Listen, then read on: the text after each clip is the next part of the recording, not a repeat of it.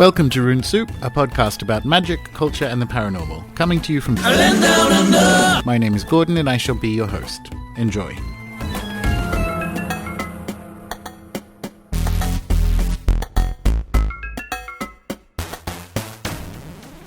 Today on Rune Soup, we are speaking to award-winning author, educator, and experiencer Dr. Ardy Sixkiller-Clarke. The third installment of her research into Indigenous UFO encounters, More Encounters with Star People, was released earlier this year. Dr. Clarke, thank you very much for your time. Well, thank you. Well, congratulations on the latest book. I have devoured it, as I have your previous two. I think it's a wonderful, wonderful piece of work. And what I noticed in particular is over the course of the three books, especially in the latest one, More Encounters with Star People, is that there's kind of like a gradual increase over time of Ardy Sixkiller-Clarke anecdotes. So I'm very much looking forward to hearing the sort of answer to the traditional first question here, which is, Ardy, were you a weird kid? I probably was.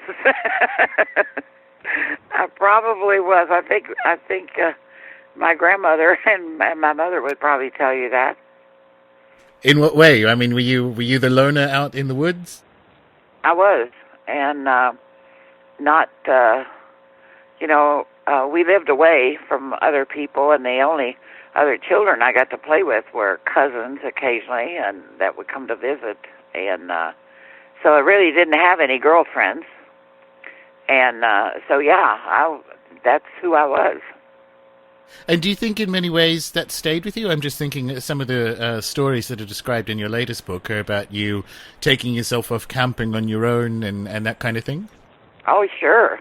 I mean, that's why I live in Montana. You know, it's I'm out in the country. I'm in the middle of the nowhere.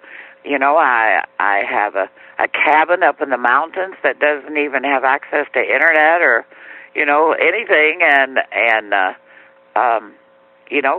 it's my retreat. It's the place I go to renew myself, and so yes, I think when you grow up pretty much on your own, except for family around you, you learn, you pay attention to what's going on around you. You listen carefully, and of course, I grew up, listening to people talk about adult things, not children's things, because there weren't children around. So until I went to school, I really didn't have that much contact. Well, speaking of contact, you mentioned, and you've actually described in a number of the books, some encounters that you've had of your own. Did that experience start early? Did that happen? I mean, is the interest in kind of star people and spirit lore been there from the beginning, or is it something you found along the way? Well, I think there's two things that influenced me. I did have an experience when I was 7 years old. Was my first one, and so that obviously generated an interest. But the ancient stories, the old stories I was told when I was a child, that too created an interest. And then I went to school, public school, and I went to high school and graduated and got scholarships to go to college, and you kind of put away those stories, and they were the stories of childhood. And then one day, when I came to Montana State University, the first trip I made off campus to recruit Native American students to come to Montana State University, I met a man who was helping me on his reservation, and later we went out to dinner and talked about methods of getting more of the young people from his reservation into the university. And as we were coming back, he said to me, if you have some time before you head back to the university, he said, I have something I'd like to show you. And I said, sure. And so he took me up into the mountains and above his town, and he said, "Now, if we're lucky, they'll come." And we're sitting out on this big boulder, and I said, "Well, who's going to come?" And he said, "Well, the ancestors, the star people." And it just kind of blew me away, because I had heard stories of the star people when I was growing up, and yet here was a tribe on the other side of the world, on the other side of the country, that also had star stories. And so it just regenerated an interest, an early interest I had. And so I began, when I would go out and travel, I would begin asking people, when I had an opportunity, if they had any ancient star stories, and I began collecting them. And one day somebody said to me, "Well, you're asking about ancient ones. What about modern-day ones?" And so I started collecting those. So over the years, I've come up with, with indigenous people, I have over 1,200 now. But with non-indigenous people, I have about 200 or 300 stories from people who just said, "I'm not Indian," or "I'm not indigenous, but I have a story to tell." And so if somebody has a story to tell, I'm always willing to listen. And then I have a lot of readers who write me and tell me stories. Well, yeah, and whoever it was that told you or pointed out that there's a sort of difference between collecting the ancient stories and collecting contemporary ones should be congratulated, because one of the things I think is so important and rare in your work is that these are contemporary encounters with something that has been there or has persisted culturally around the world for millennia. And there just aren't that many contemporary accounts, and I think that's where one of the reasons when people find your book or any of your books and end up reading it in a night it's a testament to your writing skill, that you can bring a sort of a contemporary awareness that these contact experiences continue to this day. Right, and they do. Yeah, they do. And they do go back. Many of the ancient stories talk about.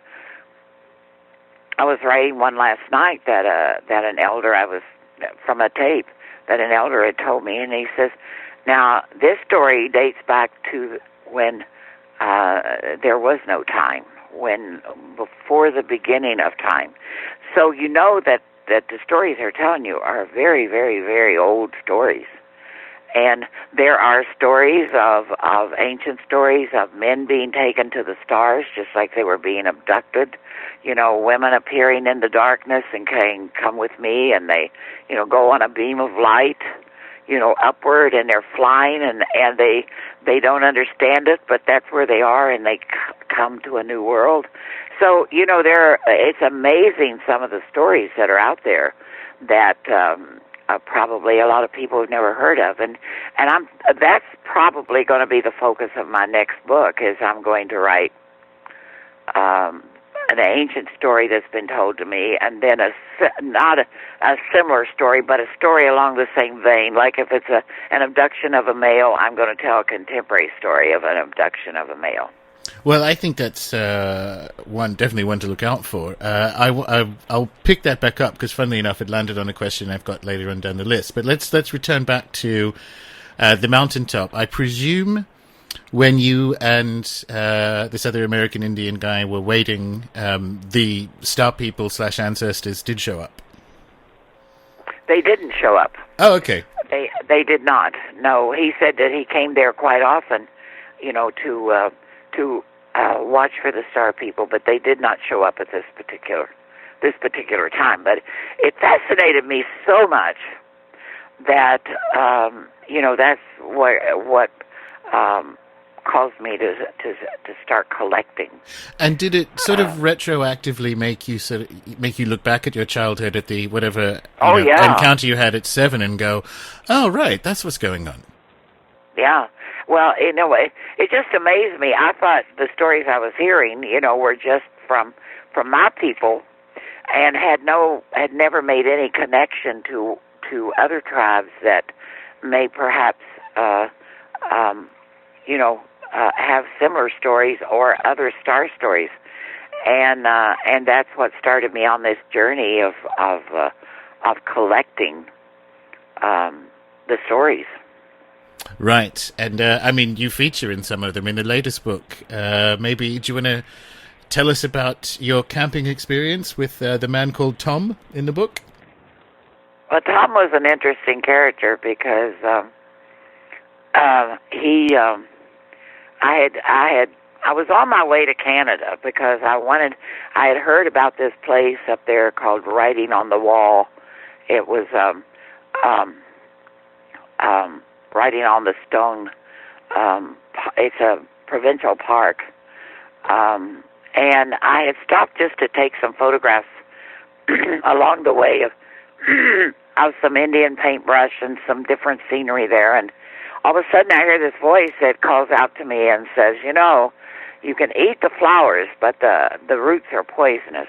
And I turned around and I was facing this, I'd say Indian man in his, probably late 20s or early 30s.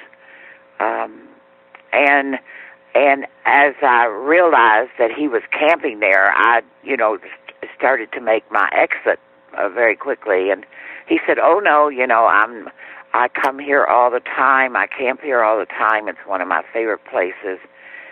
And I said, "Well, I'm really sorry." And he said, "I didn't mean to frighten you." So he offered me a cup of coffee. He said, "I'm making coffee." And I said, "No, thank you. I'm leaving." And all of a sudden he said, I told him what I was doing there. I said, I'm on my way to the Writing on the Stone Park up in Canada, and it's right across the Montana border, And I said, I'm sorry I bothered you, and I've got to be on my way. And I said, I'm just traveling the back roads of Montana,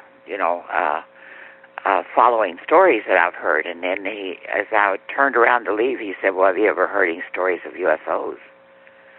And of course, that brought my attention immediately. And I returned and had coffee with him, and actually camped out for the night there at his place. And he told me about the Universal Highway and how you could travel if these portals would open and you get on the highway and you can travel anywhere you want to go. And it was just a fascinating story. And he said that's how the alien spacecraft go back and forth, is they travel these universal highways. And then he began to tell me the story of encountering one of these portals in Iraq when he was in the military, and being taken to a place where the Star People offered to take him out of Iraq, and he decided to remain, which was rather interesting to them, his loyalty to the group when he had placed himself in danger. So it was an interesting story, and he told me, too, about the star person that came to him, and they traveled around the Dakotas and Montana and Wyoming and different places, and went to Indian reservations and participated in ceremonies, and how all the people just accepted him because the tribal people all know about the star people and have no interest in exposing them or photographing them or making money off of them. They just accept the fact they exist. So he was an interesting character. I'm not so sure he's not a star traveler himself. Yeah, that crossed my mind as well. I presume you'd be at least passingly familiar with, what we might consider UFO lore. And well, the interesting thing about him is sometimes when I think about him, he just shows up. Oh, yeah, that's interesting. One of the things that kind of piqued my interest in that chapter was that he said there was a portal at Dulce. Now, Dulce is a site that is well known for different reasons in UFO lore. Right. A lot of which is sort of CIA deep state disinformation or COINTEL. So they essentially faked a lot of stuff that happened there. But it begs the question of why? Why would you put out these stories if not to kind of muddy the discourse or muddy the waters? And it was very interesting that you met a man in the middle of nowhere who said there's a there's essentially there's an alien portal at Dulce. That's interesting. Right. That's where we begin to see if there. I mean, there are quite a few UFO nerds who listen to this show, and you do start to see an overlap with what I consider to be a more authentic conception of star people, UFOs, spirit phenomena that you see in your book versus where it's been overlapped and manipulated in kind of contemporary UFO discourse. Is that a question? No. It was more an observation. I wasn't sure if it was a question since you paused. Yeah, true. It's he talked about several locations. He said there was one in Sedona, there was one in Chinle, Peru, even in Livingston, Montana, which I had never heard of. He said, and I told him about a couple that I had heard of. And, he said that they're all over the world. And he said at one time that those who lived on Earth knew about these places, but that as time passed, they just forgot about them, that survival or whatever, and interfered. And people have a way of forgetting history. Well, that's where, I guess, the reason why we are forced to repeat it, right? Yeah, absolutely. I mean, that perspective is sort of a repeated refrain in the second book, the book about Mesoamerican cultural experiences with the UFOs, because obviously Mesoamerican cultures have the traditional ones already have a very, what you might call, alien aesthetic in their stories and their architecture and basically how they relate to the sort of wider cosmos. They were culturally very interested in things like astronomy and timekeeping and that kind of thing. And and they also, I met a shaman in my travels who still believe, that through their chants that their messages are still being carried to the sky people. And so it's not something that's so far removed from, this was a practice of the ancient days and is still being practiced today. Well, absolutely. I mean, you had an old one encounter in Honduras, didn't you? Right. Do you want to tell that story? Well, that story, I in fact, I got an email the other day about that story of a woman who told me that the star people often come to this ancient site, and that if I want to go, that she will send her brother to take me there. She was a lady who cleaned my room at this. It was a hotel that was originally a convent that had been restored and made into a hotel. It was just a really nice place. And she was very quiet about it. She didn't want anybody overhearing us. And so at midnight he came and met me, and he took me in to this place, to the ancient site, and we climbed one of the temples there, and we waited, and they came. First they were balls of light, and then suddenly, they became beings, and the next thing I know is it's dawn, and this huge spacecraft is overhead, and we have to leave, and the spacecraft just took off, and it was gone. I mean, it was an amazing event, and my guide was convinced that I was one of the people that because apparently they don't. According to them, they did not show themselves to a lot of people. So he was quite excited that they had decided to show themselves to me. Well, I think, Dr. Clarke, by now you've earned it. I think so. Yeah. But that actually brings us to an interesting question. You and it kind of relates to what Tom was saying about the antiquity of the contact with these beings.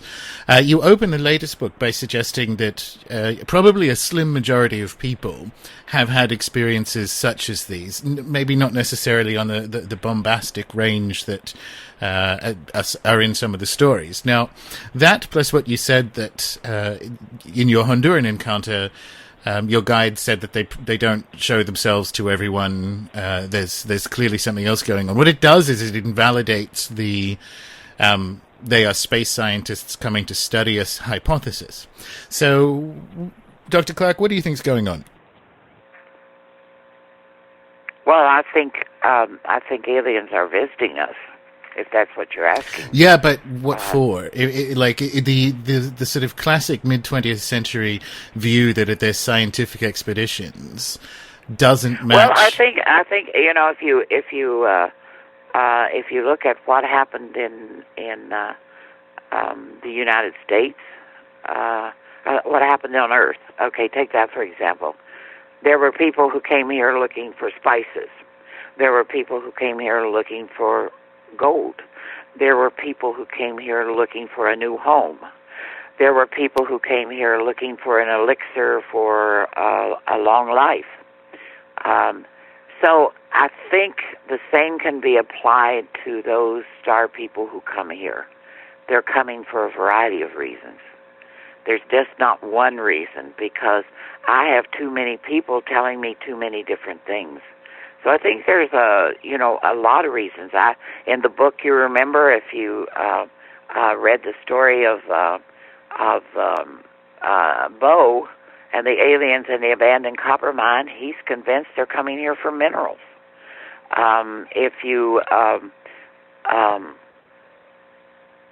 read Jim Greydog's story in Chapter 14, A Watcher in Death Valley, he thinks they're coming here to not only abduct humans and perform experiments on them, but that they keep some of them.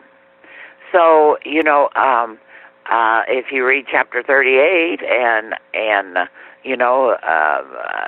my DNA is close to theirs, you have a 90-year-old grandmother saying that they told her back in 1974, when she didn't even know what DNA was or what a molecule was, that the reason they were taking her was because her DNA was close to theirs.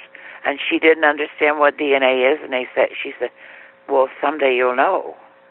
And I don't know when it was that we found out about DNA, but I know that, and she still didn't really know what it was. She told me she had heard it on the Maury show on TV, which is one of these wild, fantastic shows that bring in mothers looking for fathers and stuff like that, But anyway, there are so many different themes found throughout this book of the reasons why they're coming here. Coming here for minerals, coming here for medical research, coming here for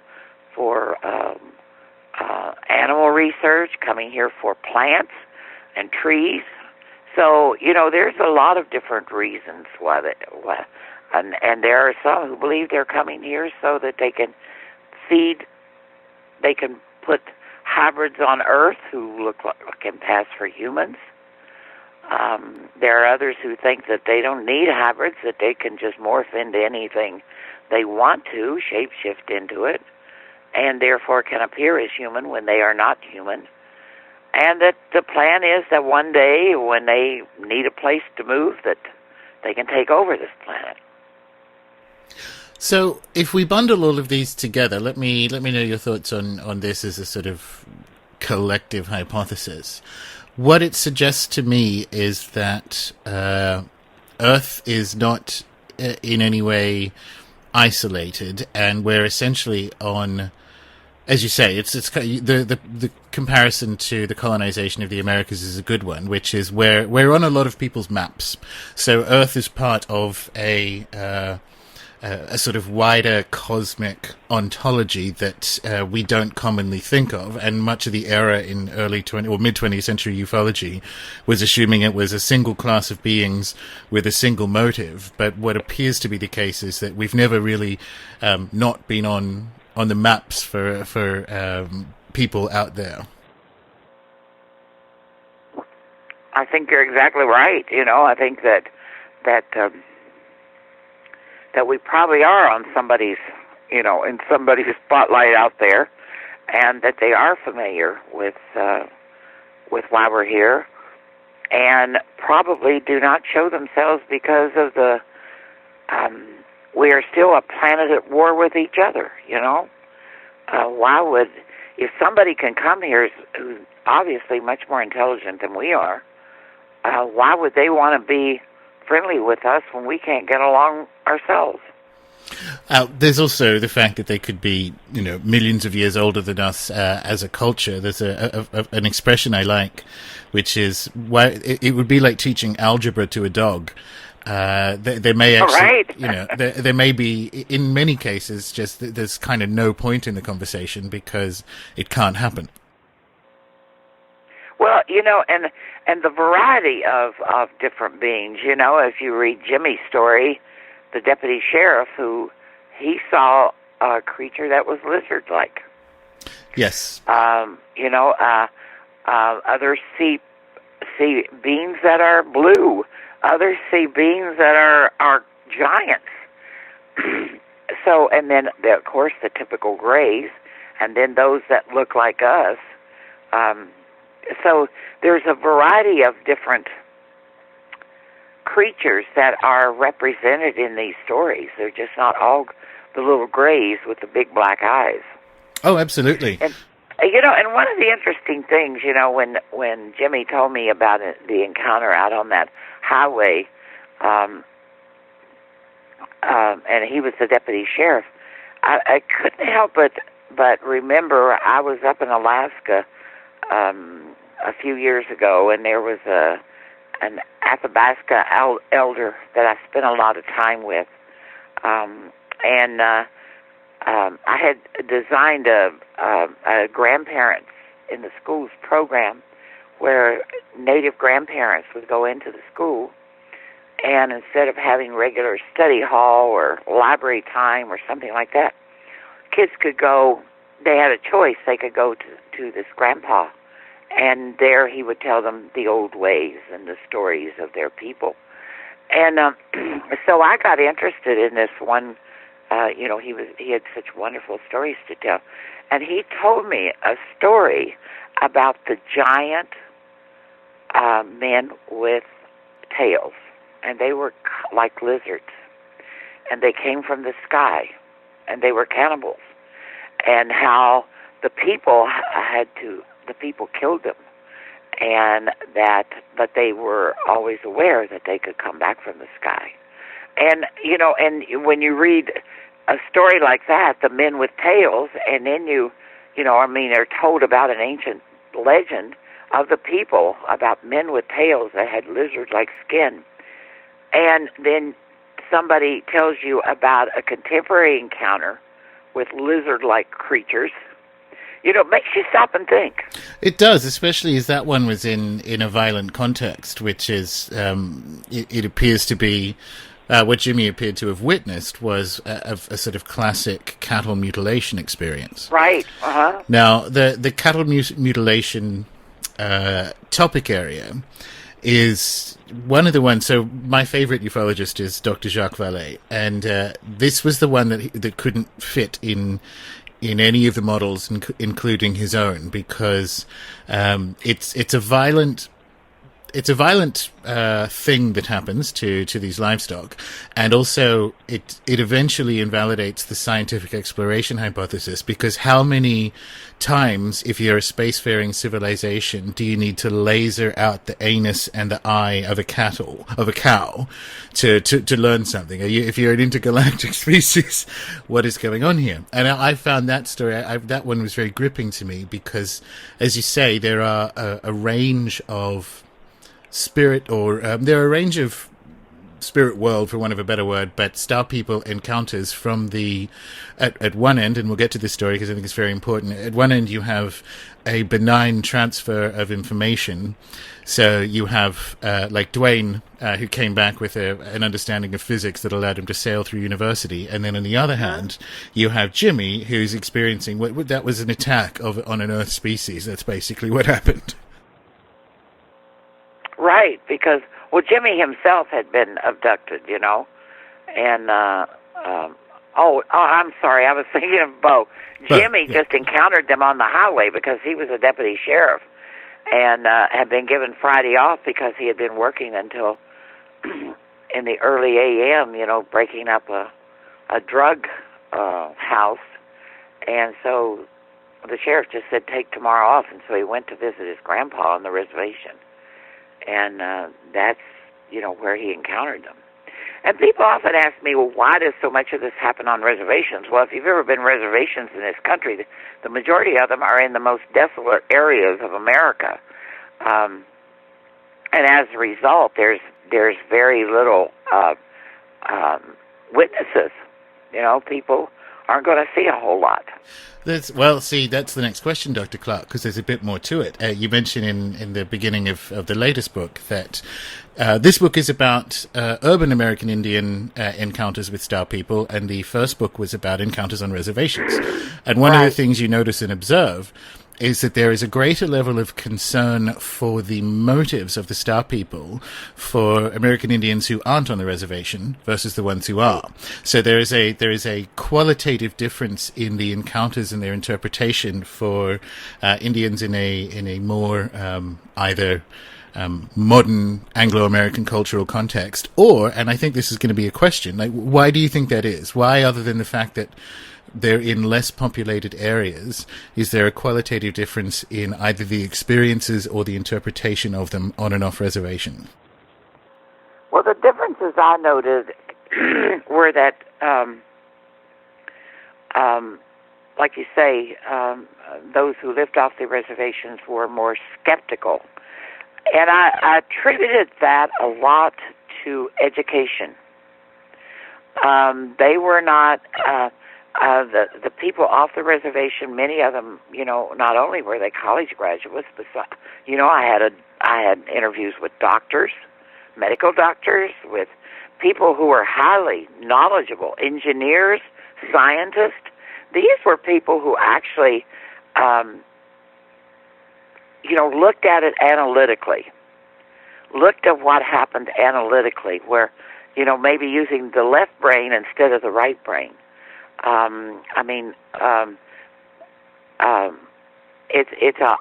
It was much different. Also, one of the things that I discovered is that there was more proof of the things they were telling. Remember the story of the man who takes me out to his neighbor's ranch, and there's that circle on the ground that kind of glows at night, and he tells me the story about these aliens who actually take this old car that's parked and we go there and that car is there. I mean, there's just a lot of things that you could point to more concrete incidences. Than what was in the first book. Yeah, absolutely. I want to maybe throw something else on an earlier episode of the show. I had a UK academic called Jack Hunter on, and he's an anthropologist about to get his PhD, and he was talking about a mid-20th century Italian anthropologist or cultural theorist called Ernesto Di Martino. And Ernesto Di Martino had this theory that magical phenomena manifest more in cultures that are more open to them. So it's a field of dreams approach, if you will. And I wonder if there isn't a component of that in the on and off reservation qualitative differences. Well, I've always said that, that's one of the things that makes these encounters different than so many encounters, is that because when you grow up with those stories, or they're a part of your culture, and then these encounters happen to you, it's just an acceptable event that occurs. It's not something that's science fiction or something to be feared. It's something that's accepted because that's part of the norm. Yeah, it doesn't. It's a different worldview. It doesn't break the belief system. If you look at the indigenous people of your country, they have a different worldview than what the settlers who settled Australia do, because that's the Western perspective. Same thing in America. There's a different worldview, and that is that the Native Americans are more accepting of this. And you see that even in some of the stories, particularly in the latest book, where there's marriages between a Native American and an Anglo-American who either comes from a Catholic background or what have you, and you end up with relationship tensions because there's an almost a worldview clash when it comes to interpreting the experiences or even asserting that they've happened. Well, which would be a very good example of what you're talking about.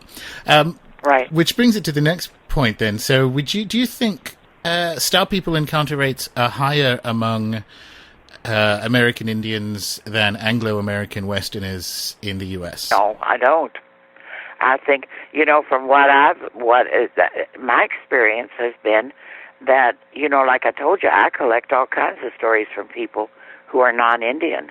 But my publishers say that, they don't think anybody would be interested in those stories because the thing that they're interested in is the stories of the indigenous people. And so I've never written about those, but some of those stories are just as amazing as, I have a story of a man who saw a UFO hit a train, and the train was disabled on the tracks. I have a story of a woman who told me about coming around this bend in Alaska, and a vehicle is protruding outside of a mountain, and that when she turned around because she couldn't believe her eyes, she saw that vehicle be placed on the highway, and she followed it. And these very strange individuals get out of this and go into the airport and disappear. And she said they were all dressed in inappropriate clothing, in 70 below zero weather in Alaska. And she felt very threatened by the man who took them there, who was driving the car. So, there's some major, major stories out there, but people just don't talk about them. And we don't ask our friends about them because, we're embarrassed. We think they'll think we're crazy. Like I told you going in the book, the story of going to the barbecue, and there were 10 of us there, and out of the 10 people there, 6 of them had experiences. But they told me because one person was there and asked me what my book was about. This was when I'd written Encounters with Star People. When I said that, he looked at me and said, well, I've had an encounter. And the next thing I know, there's other people there who are telling me the same thing. So 60% of the people who were there had an encounter of varying degrees. Now, think about that. But do you ask your friends if they've had encounters with UFOs? Most of us don't. And it's just something that people do not talk about. They're afraid they'll lose their job because people will think something's wrong with them. There's just a variety of reasons why people do not tell. I think I'd maybe describe it differently to your publisher, but I think much of the appeal, but also much of the value in the 3 books so far is a presentation of those the experience within an indigenous context, right? Because even, as you just say, we may be, although I actually think it's improving today, but we may be coming out of the phase of not really talking about it and more people do. The reality is you end up with a much more valuable perspective on the wider phenomena when you can hear the stories of people from a culture that isn't, well, not your own, but isn't my own, that's for sure. It's certainly not an Anglo-Australian cultural perspective. Well, I just wish somebody would do what I've done in Australia, because I'm sure that those stories exist there. It's just that nobody's ever taken the time to go and become a part of the community and gain the trust of the people and to record these stories. I'm sure they're there. Oh, yeah. They definitely are. My mother has been out multiple times to kind of Aboriginal women's group. They run kind of like spirit tours and those sort of cultural experiences for people. And the catch is, and I imagine you encounter a similar thing collecting your stories. The catch here is that they can only be told in a specific ritual context. Like it's they're stories that aren't meant for everyone. And that's one of the other challenges, other than the fact that we have done a disastrous job of again, although this is improving, of elevating Australian Aboriginal voices within culture here. But the other one is you'll hit a point where you'll get an elder say, "I can't tell you that." See, but there you're talking probably about the traditional or the ancient stories. But I'm talking about the contemporary stories. They're so, I would run onto the same thing if I were talking about spiritual in among American Indians. But as long as I'm talking about the ancient stories that are commonly known, or the ancient stories that were told around the campfires, or part of the history. A lot of the legends are the history of the tribe. So those aren't secret. The spiritual is secret, and then the contemporary stories, they're by no means secret. But I'm talking about going among the people and collecting contemporary stories, because so much of the focus in Australia among the Indigenous people has been on the dream time and the kinds of things that have gone on historically, and not on what is going on today. True.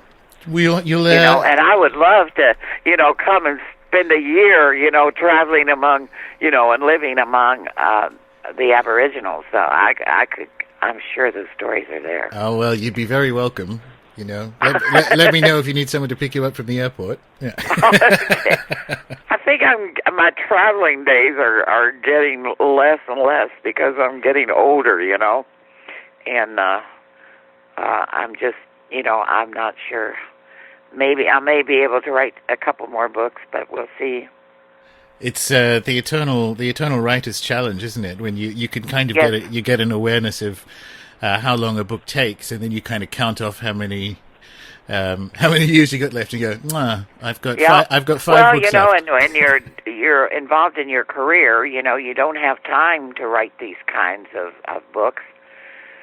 And I really had, when I started out, had no intention to writing a book about it. I was deep into research on, a variety of dropout prevention, women and children, and alcohol prevention, and a number of different kinds of things, and in my field, and was not really interested in. I wrote a book, Sisters in the Blood, about American Indian women, and in academia, I wasn't planning on, these stories were for me. Basically, I just, wanted to find out what was happening, and then I was challenged by a female elder who said, you've got a responsibility to share these stories because it's part of our history. It's who we are. And I had been given permission by the people who told me the stories to do with them whatever I wanted, as long as I didn't identify who they were or where they were from. And so that's what I did then. I decided that it was time for me to do that, and it was fun because it wasn't the pressure of like academia. If you got to get in a grant, it had a certain day. If you got to, do a journal article, it's got to get into a certain time period. And here I could just write as I wanted to, but I give myself a couple of years to write a book. Yeah, that's not because it takes me that long, but because when you get through the publishing process, it takes 2 years. Yeah, tell me about it. That elder was correct, and it's been interesting, as I said, because I've read all three. The latest one, it's your first book appears fairly often in your third book, and I think that elder was correct. It must be very gratifying to realize that responsibility you were given to tell these stories has actually happened, because you have found you encounter other other American Indians who've read your book and said, "Oh, you're Ardy who wrote that book. I have a story for you." Right. And I get so many emails. I mean, I probably get 20 or 30 emails a day from people, either with stories or to tell, or and most of them have something. They have a chapter that was especially meaningful to them, or they want to tell me an experience they had. It's just been really rewarding to know that I've been able to actually help a lot of people through my writing, and also just to touch people's hearts, Well, absolutely. And there's the other thing I notice as a writer, and it kind of comes back to what you were saying about it being enjoyable to write in a non-academic context. I kind of see you painting with a broader brush in the third book, but it's a painting that can only be made by someone who does have the academic background. What I find fantastic about your stories is that it's more difficult than it looks to encapsulate and elevate a story and have that as the cultural object without doing your own cultural or analytical overlay. There's a sort of a sensitivity and a way of listening, which I imagine you must be very good at now, that means that each of these stories is presented as a valuable personal encounter, and not folded into some kind of either academic discourse or pushed into a particular worldview. And I mean, you should be congratulated, because I think that's very rare and very essential. Well, thank you. That's what I try to do. I don't want to. I know that some people say, "Well, what's your opinion of this? What do you think?" And I've tried to avoid that. I just want the stories to stand on their own,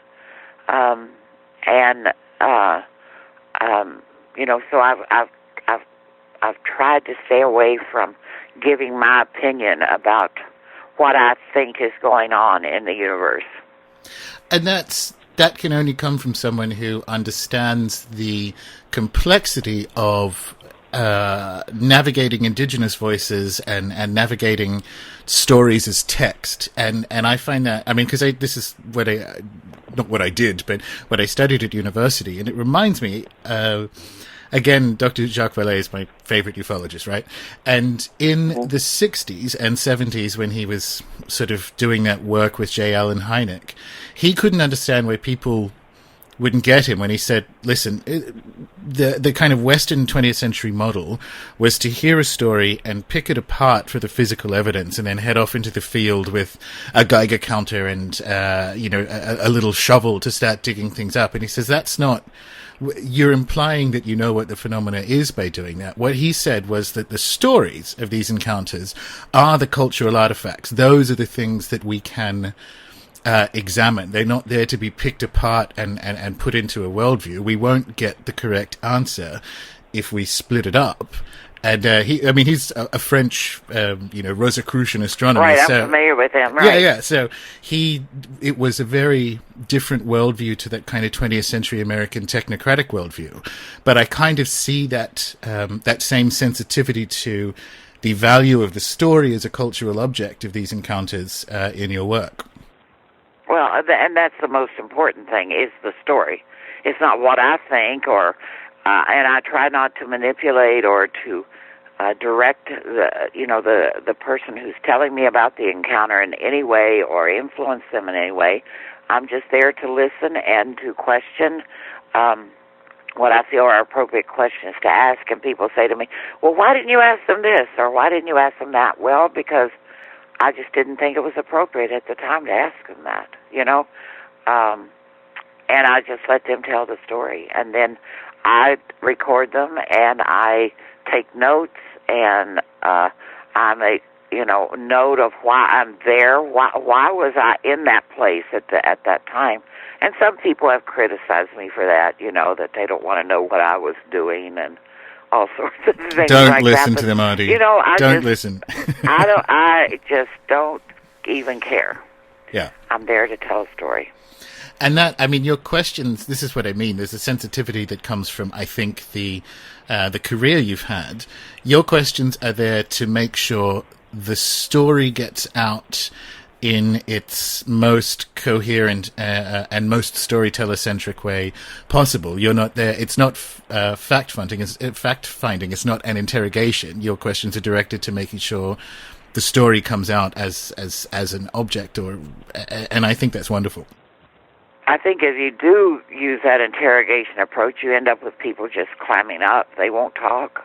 You also end up finding the thing that you expected to find. This is Dr. Vallet's point. You can't.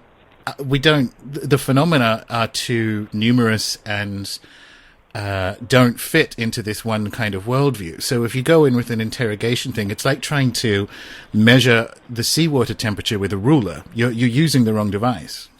Mm-hmm. Right. Absolutely. Well, and if you look at what's happened over the centuries, it used to be that everybody relied on the oral story, but then when writing came about and printing came about, then all of a sudden, that was old-fashioned. The story, and the stories that we told about our history and the legends of our people suddenly were relegated to fantasy and folklore. They were no longer relevant, and people just, disregarded what the indigenous people had to say, because those things were not true anyway. And when in fact, today many scientists are coming back. If you even go on NASA's website, for example, they have a whole section on American Indians because of our involvement with the stars and what is going on over the centuries. So there is a different perspective, but there's still that whole attitude that these ancient legends are just that. They're just stories. They were just something to entertain, where we beg for to differ with that attitude. Oh, absolutely. That they are the history of the people. Well, my book is winging its way to you as we speak, as you know. So I can't wait. In there, I rely on some research from. He's American, but he's based at University of New South Wales. Actually, he's just moved. A guy called Dwayne Hummaker, and he has been speaking of Aboriginals and Aboriginal star law. He's been looking at the times in Aboriginal star law where that has matched astronomical phenomena. So he's done because obviously these are the oldest cultures, continuous cultures on Earth here in Australia. So there's a 50,000-year record of comet impacts and changes in the location of the stars and all this, which we pretend, we showed up and say, oh, none of that's real, you made that up. And he's actually going through and going, actually, no, this story comes from these people in this part of the world, and here's the comet impact that we know happened in 4000 BC, and they have it in their story. And he's going through actually sort of like demonstrating that well, that would be interesting. Yeah, oral cultures provably carry observable information. It is a different way of storing it to the written word, but it's there. The memories of the end of the Ice Age, comet impacts, all this stuff, which, and this is kind of my point, and it's actually the point in the book, which rather begs the question, if we can prove that Aboriginal star law can contain observable astronomical phenomena, what does that say about the stories about people coming from the stars? Like, is that the fake bit now? Because we just proved the rest of it was correct, Right. Absolutely. I wanted to ask you one question. You were talking about Ernesto was it Di Martino? Yes. Now, has he written anything? Yes. I mean, does he have books out, or he's dead now. Because I was struck by what you were saying about him. Yeah, he's dead now. He's sort of an early 20th century anthropologist. I can't remember the name of the book off my head, but I will find that for you, and I'll also send you the link to the episode with Jack Hunter, the UK anthropologist who's kind of doing work in this area. He has this idea which I like, which you'll probably really resonate with, and it's called ontological flooding. So the worldviews in humanities subjects or anthropology are still very materialistic and basically not set up to describe or interpret the range of phenomena such as that you experience. Particularly in anthropology, that's a big deal, because if you're going to cultures that have star people experience, for instance, and you're like the worldview clash is a challenge. So he advocates this idea of ontological flooding, which is essentially a compilation of all these sort of anomalous phenomena, kind of like what you're experiencing here, and just kind of pushing it through the academy, going, riddle me this. And well, do send me that link, because I would certainly be interested in that, and certainly the DiMartino, information about his book, because I certainly would be interested in reading that too. Sure, I will do. I think there's I think he's right. I think there is and it says something very profound about reality, that there is a field of dreams component to engaging with the entire range of spirit phenomena, from star people to ancestors to whatever you want, which is, if you have a culture that is accepting of them, you get more dramatic results out of it. And if you have one that doesn't. I believe that too. Yeah, agreed. I mean, I perhaps never stated it, but I stated it in other words, Yeah, absolutely. Absolutely. That kind of, I mean, I know it's unfair, and I would never ask, I'm sure you get asked all the time, for a favorite story, but let me tell you my favorite story from the most recent book. And that is the story of Dwayne, who came back from his vision quest, and had an encounter that changed his life. Could we talk about that one as our final story? Sure. There's a young man that I met at Bear Butte, and he was in a situation, he was going through his vision quest and his hamblecha, and he said that the first night he did fine, but the next night, and of course they, expose themselves to all the elements without food or water for 3 to 5 days, and the second night a storm came up and it was freezing, and all of a sudden this being appeared. And he said that he told him that, he was meant to make a difference in the world, and all these kinds of different things that he told him. And then, when he said he had been kind of lost, he went to the elders and he told them what happened to him, and they told him it was a very powerful vision, because during a hamblecha, you often get a direction in life, where you're supposed to go through your dreams and through your visions. And so after that, he immediately enrolled at the university, and and I said, well, what was your major? And he said, physics. And I said, as does tend to happen sometimes when discussing these topics, we had a bit of a dropout, so I'm just going to jump us back into the interview. We dropped Dwayne's story right at the word physics. When you asked him, he came back from his vision quest, and and he went into university, and you asked him what his major was, and he surprisingly said physics. Right, and sorry about that. He said, I asked him what his major was, and he said, well, physics. And he said, don't ask me why, because I don't know. He said, I did not like science and math and high school.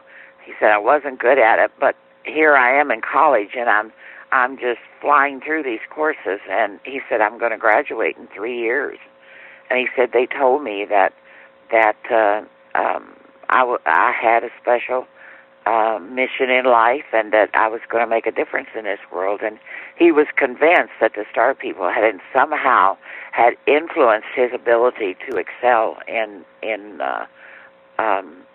science and mathematics. Well, yeah, in the book, I mean, he finished a 4-year course in 3 years and was looking... 3 years, right. Yeah, and is looking in the sort of Air Force direction of getting into the astronaut program. So they made a star person. I mean, it was just an amazing story. It is, and it's why the story... One of the most interesting things about it is that I knew his father when he was a little boy. I had met his father when he was a little boy in a program that we had in the schools, and I couldn't believe it. You know, it was such a small world, and here he came into my life. This is where you can tell that something very nonlinear is going on with these encounters, and it's again it's a failure of sort of a materialist capitalist worldview to not understand how it webs together and the results of it. Dwayne's story fascinates me because I gave a presentation at the London Occult Conference at the end of June, and it was called Campfire's Edge, and it's basically about how in some sense, without some kind of spirit model, and by that I mean spirit world model, so basically things that aren't human being real, you cannot understand the ups and downs of technological and cultural complexity across cultures around the world through time. And what is interesting to me about that is that you won't find a culture going from the Old Testament to the sort of southern tip of South America to the deserts of Australia that won't say that the awareness of things like hunting technology and all that has come as gifts from spirit or star people encounters. And there are a couple of them. Again, Valais has some stories of abductions where people will come back and they know a new language, or they know they suddenly have an excellent understanding of physics, as Dwayne did. And it seems to me this is why it's my favorite story in the book. And that's not obviously a judgment on the other ones. It just resonates with something I researched recently. It seems to me that Dwayne is an example of something that I think has been happening for a very, very long time, which is that sharing of technology and cultural ideas across cultures and species and time and space. And doing it in a way that would be non-intrusive. Yes, absolutely. I mean, he asked for it. Yeah. I mean, it's and just selecting individuals to influence in that way, rather than making a grand appearance or something, but selecting individuals that they want to pass this ability along to. Because there's no question that, I mean, he said I was a loser in school. I wasn't interested in school. We moved around. I didn't make good grades, and suddenly I'm at the university saying I want to study physics. And he said it was just so simple for me. See, I think that's remarkable. So, Dr. Clarke, this has been amazing. I've been a fan of your books, the Star People books, since they came out. Thank you so much for your work. Well, and I hope any of your listeners out there will write me if they have stories to tell. Ardy at Sixkiller.com. They can go to my website. But I sure would love to hear from them. And especially if they read the book, I'd love to hear what they think. I give a portion of the proceeds from my books to a scholarship fund for Native American students, and that's important to me, to give back to the people who gave to me. That's wonderful. And so write me and keep in touch. Absolutely. And all those details, the website, the books, the contact information will be available in the show notes for people listening. So once again, Dr. Clarke, I love your work. Thank you so very much for everything that you do. Well, thank you. Dr. Ardy Sixkiller-Clarke, ladies and gentlemen, a researcher after my own heart, talking UFO encounters, ancient and modern, vision quests, best practice in Indigenous anthropology, and a whole host of good stuff. Please do let me know what you think at the RuneSoup Facebook page or at runesoup.com. Subscribe to the show in iTunes, your favourite podcatcher, or on YouTube. And find me on Twitter, where I am Gordon, Gordon_White, WHITE. Until next time.